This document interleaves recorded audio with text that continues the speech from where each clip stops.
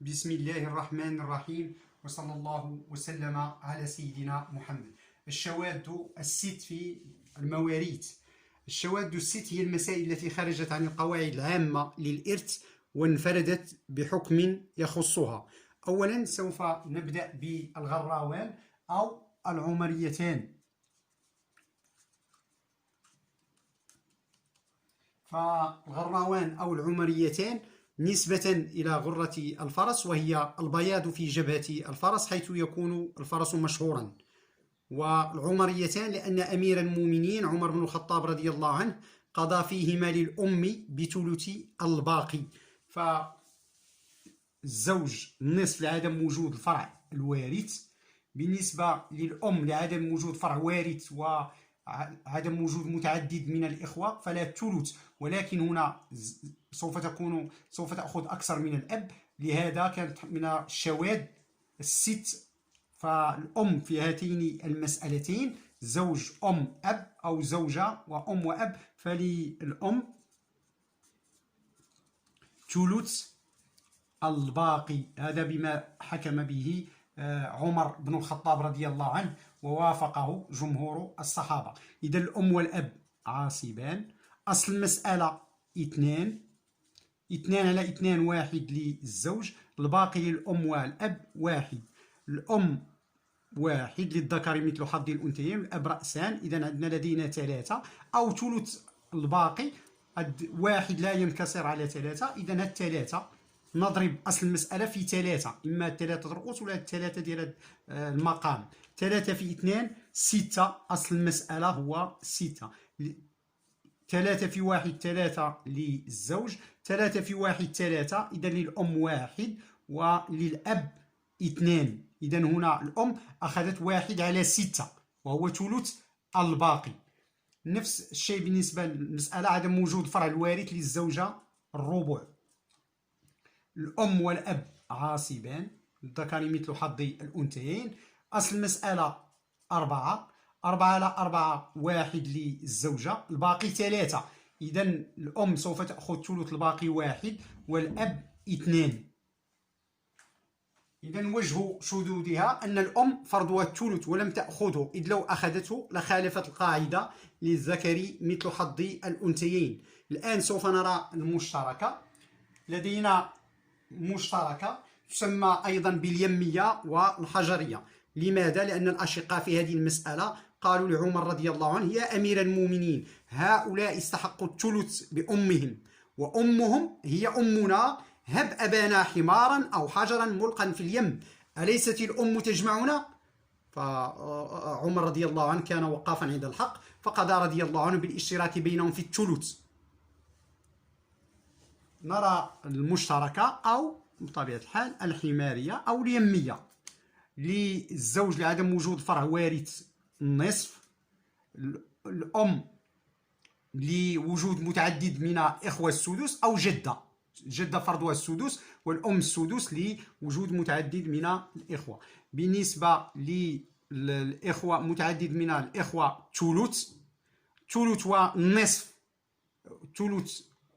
النصف والسدس ثلثين، النصف والسدس الثلثين، والثلث للمتعدد من الإخوة لم يبقى شيء للإخوة الأشقاء. لهذا قالوا لعمر بأن يشركهم لأن لهم نفس الأم، إذا هم شركاء في الثلث. نأخذ هنا مثلا لإنجاز هذه العملية أخ لأم، إذا أخوين لأم وأخ شقيق مثلا.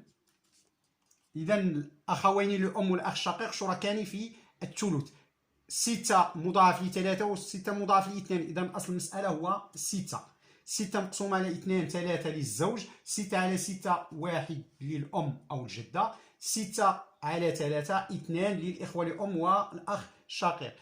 1 2 3، إذا عدد رؤوس 3. لدينا انتصار 2 و3، نأخذ 3 في 6 18، إذا للزوج 9. 3 في 1 3، 3 في 2 6، لكل أخ لأم 2 وللأخ الشقيق 2. إذا هنا الإخوة الأشقاء يشتركون مع الإخوة لأم بدون تفاضل. لو كانت هنا إذا هنا شقيق فأكثر، لو كانت هنا مثلا شقيق وشقيقة سوف تأخذ مثل الذكر.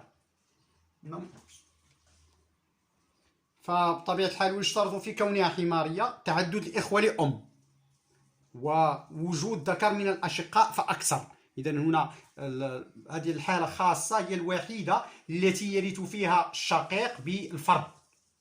نمر إلى مسألة أخرى من الشواذ الست وهي الأكدرية. سميت بالأكدرية لأن عبد الملك بن مروان ألقاها على رجل اسمه أكدر وكان يحسن الفرائض فأخطأ فيها، وقيل لأن الجد كدر فيها صفو نصيب الأخت بجمع سهامها إلى سهامه ثم قسم ذلك للذكر مثل حظ الأنثيين. إذا هنا في هذه الأكدرية أجزم أن الأخوات لا يفرض لهن مع الجد شيء إلا في المسألة الأكدرية. إذا أجزم أن الأخوات لا يفرض لهن مع الجد شيء إلا في مسألة الأكدرية. فالأكدرية زوج لعدم وجود فرع وارث النصف، الأم لعدم تعدد الإخوة ثلث، الجد نصف وواحد على ثلاثة أكثر من 3/4.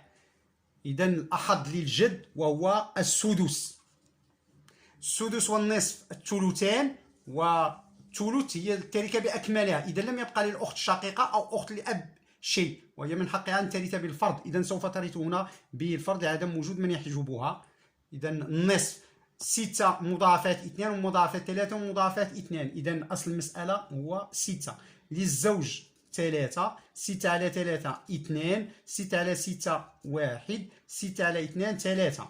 نلاحظ مجموع الأسهم فات أو زاد على أصل المسألة 5 6 9. إذا عالت المسألة عالت إلى 9. 3 نكتب نفس الأسهم 1 3 3 للزوج والأم 2، الجد 1 والأخت الشقيقة 3. الجد لاحظ بأن الأخت الشقيقة أخذت أكثر من 3، إذا سوف يجمع سهامها إلى سهامه. هذا 4 2 3 ويشترك في هذا 4 للذكر مثل حظ الأنثيين. إذا 2 للجد و1 للأخت الشقيقة رأس 3 معامل تصحيح 3. 3 في 9 27. إذا هي جامعة التصحيح، جامعة التصحيح. 3 جامعة التصحيح 3 في 9 27. إذا بطبيعة الحال للزوج 3 في 3 9 للزوج، للأم 3 في 2 6،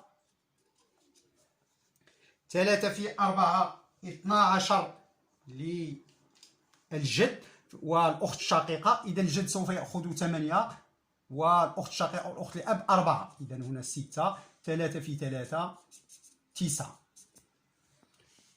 نمر الآن إلى المالكية وشبه المالكية. بالنسبة للمالكية سميت بذلك لأن الإمام مالك رضي الله عنه سئل عنها، وهي أن يكون فيها في الورثة زوج وأم أو جدة، والجد متعدد من الإخوة لأم أخ لأب فأكثر. إذا زوج وأم وإخوة لأم وجد وأخ لأب ذكر فأكثر. ووجه شذوذها أن الأخ لأب بدون حاجب حقيقي وتم إسقاطه، فالجد يقول للأخ لأب فأكثر فإن كان الإخوة لأم يحجبونكم، لأنه سوف نرى أن الإخوة لأم سوف يحجبون الأخ لأب بالاستغراق، فالزوج للزوج النصف لعدم وجود فرع الوارث، الأم وجود متعدد من الإخوة سدس نفس نصيب الجدة أيضا أو الجدة سدس. بالنسبة لو لم يكن الجد لأخذ المتعدد من الإخوة